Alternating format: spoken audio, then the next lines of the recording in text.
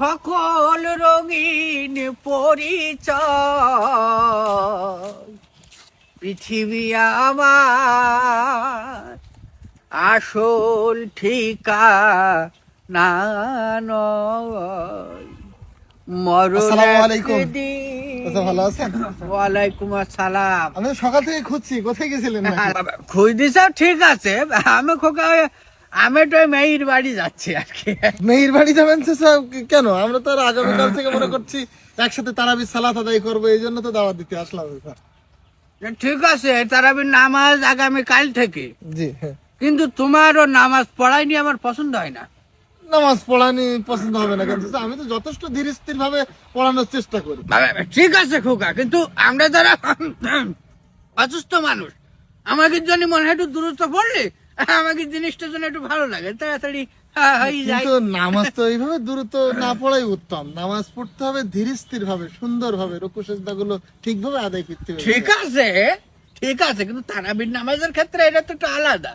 আমরা তারাবির নামাজটা আমরা ঈশান নামাজের পরে আসলো, অনেক সময় তো নামাজ ধরতে পারিনি। আমরা এসে বুঝতে পারি যে এটা তারাবির নামাজ হচ্ছে না এটা ঈশান নামাজ হচ্ছে। তাছাড়া এটা আসলে আমাদের গতানুগতিক ভুল। আমরা আসলে তারাবির নামাজটা অনেক মসজিদে খুবই দ্রুত পড়ি। এত দ্রুত আসলে পড়াটাও ঠিক না। নামাজ বোঝা যাবে কেন?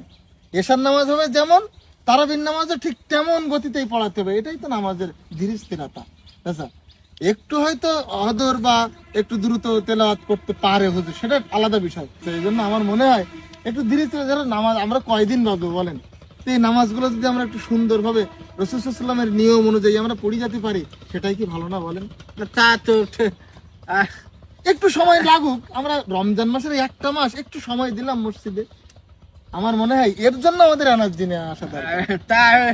তাহলে তাহলে আমি তাহলে ঠিক আছে খোকা, আসলে আসবেন তো ইনশাআল্লাহ? না, আমি তো যাবো তো। আমি যাবো না এরকম কথা তো আমি বলবো না। ঠিক আছে স্যার, তাহলে আমি আরে আসো খোকা, শোনো, ওই ইফতারির খাতায় আমার নামটা তাহলে তুমি আজকে লিখে দিও, আমি প্রথম রোজা ইফতারি দেবো। ইনশাআল্লাহ ইনশাআল্লাহ। আর ওই যেদিন লোক না দেবে, যদি না থাকে তাও দিনও আমার, ঠিক আছে? আলহামদুলিল্লাহ আলহামদুলিল্লাহ। চাচা, কত সুন্দর। আসলে এখনকার সময় মানুষ আসলে ইফতারি দিতে চায় না, কিন্তু আপনার মতন মানুষ আসলে যে ইফতারিতে কত উদ্বুদ্ধ, এবং এটা কিন্তু হাদিস কোরআনেও আসছে যে মানুষকে ইফতারি করাইতে হবে। তো আলহামদুলিল্লাহ চাচা, খুব খুশি হয়েছি। ঠিক আছে খোকা, ঠিক আছে। তাহলে ঠিক আচ্ছা, আছে।